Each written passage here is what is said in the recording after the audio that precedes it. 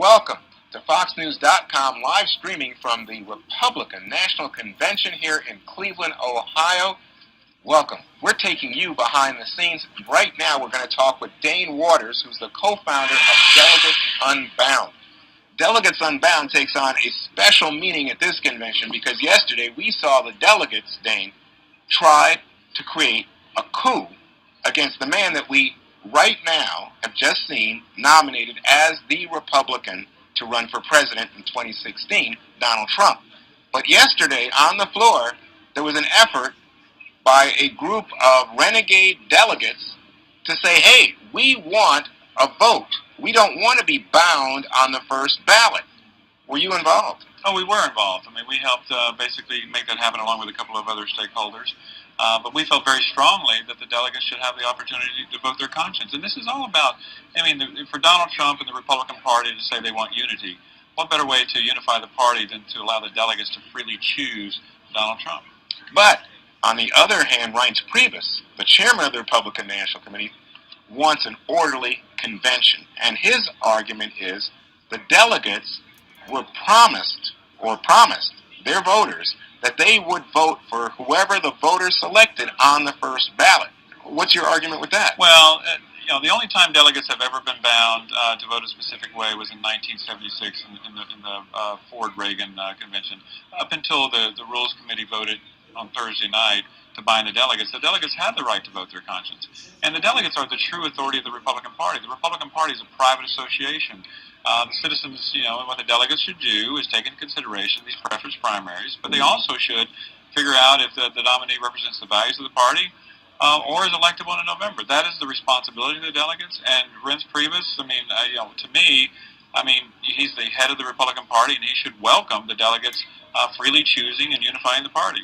But the counter-argument coming from Paul Manafort, the chairman of the Trump campaign, is, in fact, this is ignoring the will of the voters, the plurality of whom chose Donald Trump as the nominee. So you're having an elite group, the delegates, act in a contrary manner to the will of the voters. Well, either you have the primaries or you have the nominating convention. The rules of the Republican Party specifically state that the delegates have the authority to make the nomination. And as far as the will of the people, listen, 54% of the voters voted against Donald Trump, and Donald Trump only received 9% of all the registered voters in this country. And even when Donald Trump's up against nobody, 52% of Republicans don't want him. So there's no mandate for Donald Trump to be the nominee. But either in this country, you have to have nominating conventions, or you have the primary system, one or the other. But Reince Priebus, who's the head of the Republican Party, understands it's a private association. His power and the power of the party comes from the delegates, and either he respects that or he doesn't. Well, if you have a moment here where clearly Republicans are trying to present a unified front, don't you see it as a contrary force undermining the efforts and the brand of the Republican Party? Well, listen, the way the process works is that we are a process that should allow free debate about whom the nominee is going to be. And then once the convention's over, then that is really when the Republican Party puts forth their best foot as far as best nominee.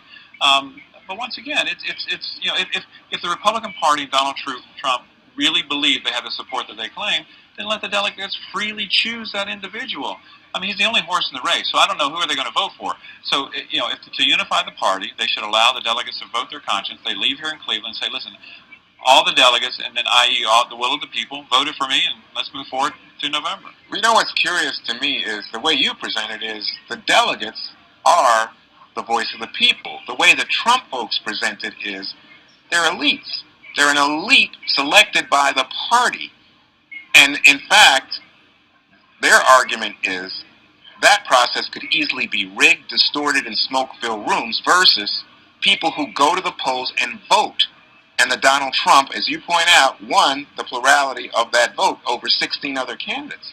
Well, he did. But first, what's lost in all this is who these delegates actually are. These are delegates who are everyday people, moms and dads across the country, like Lori Hack out of Arizona, who's a mother of three, participating in the electoral process for the first time, coming here.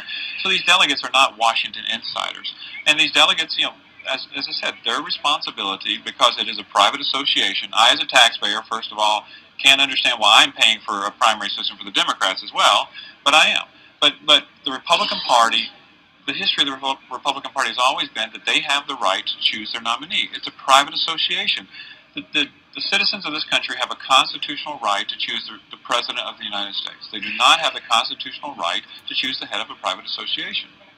Okay, if it's the case that you go back to the primaries, and you said you should have a primary process or you should have a convention, right? Which is your pick? Well, the convention.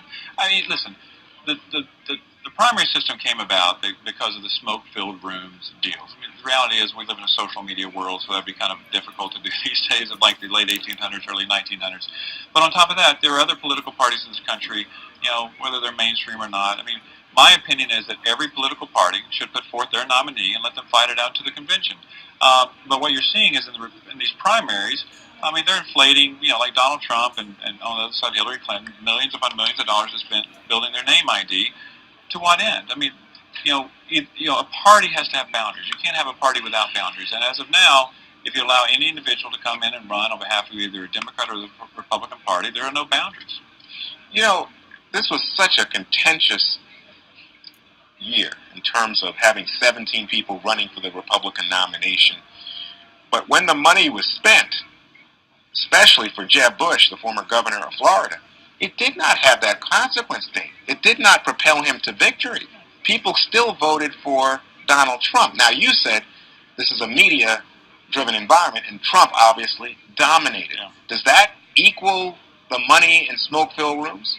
No, I think first and foremost, just because you have a lot of money doesn't mean you can get anything. I mean, to me, that proves that you can't buy an election for the amount of money that you spend. But second of all, I think that, Donald Trump, I don't want to say it's an unfair advantage. I mean, Donald Trump was, the media, they love ratings, and they bring individuals on that creates ratings. But it also goes back to the American public. They're hungry for change. I mean, I'm like everyone else. We're hungry for change. We're angry with what's going on in Washington. Donald Trump represented that to a lot of people. I even early on wanted Donald Trump, but after months of listening to what he had to say, then I decided that he wasn't the person for me. So I understand why Donald Trump is where he is, but at the end of the day, it's like going out on your first date. The voters in February in New Hampshire said, okay, we like him. Okay, but fast forward 6 months later, and why should they be bound to this individual if they change their mind 6 months later? That's like going out on a date and you're forced to keep dating that individual. So that's just one of the fundamental flaws, and I do believe there's a total misunderstanding about how the primary system and the parties work in this country. Listen, I've got hundreds and hundreds of emails from people saying that I'm taking away their constitutional right because they voted for Donald Trump. Once again, it's a private association. It's like, to me, not to demean the Republican Party, but it's like a Kiwanis Club. I mean, the Kiwanis Club has the right to choose their own nominee. But as I said, let the Republican Party and the Democratic Party put forth their best candidate and see what happens. But I will also maintain that, I don't think Donald Trump's electable. I really don't. And I also think that he's going to impact down-ballot candidates, and that the U.S. Senate's going to be in jeopardy. So what we're trying to do, honestly, outside of just making sure that the delegates can freely choose, and as I said, if they freely choose, they freely choose, but, we need to find a candidate who truly can beat Hillary Clinton in November. So you think this whole thing is a fraud? Well, the whole thing about the primary system? Yeah. I think fraud's too strong of a word, but I think that it's seriously flawed, okay? I mean the convention. So here we are tonight. Trump now has the nomination, and supposedly the delegates, bound by the will of the voters, nominated Donald Trump. You're saying, no, really, these delegates didn't have the free will. And if they had the free will, they might not have nominated Donald Trump.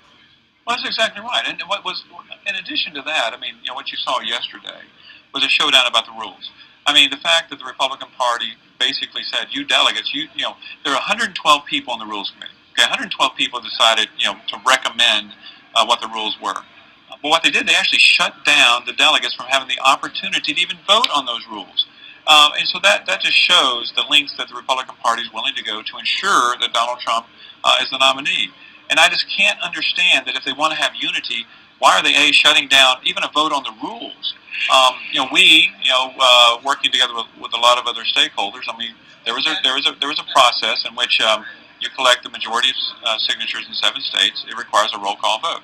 Well, we submitted signatures for 11 states, and we have copies of them and all that kind of stuff. Then suddenly they said, you only have 9, and 3 states' signatures were pulled. We've asked them to prove that, and they haven't. So, it's just interesting that the lengths that they're going to go to shut the delegates out. And once again, quick question. Yeah. If you actually had that vote, Yeah. Do you think you would have won?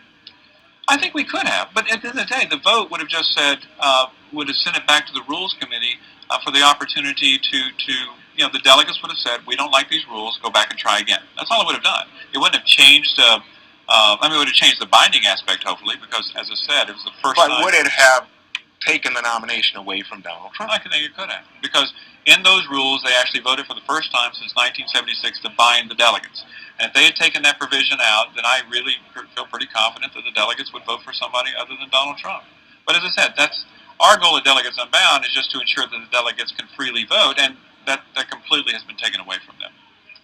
Dane Waters is co-founder of Delegates Unbound. You can talk to him at Twitter at Dels Unbound, DELSUNBOUND. Thank you for joining us here. Thank you very much. FoxNews.com, live streaming from the Republican National Convention in Cleveland.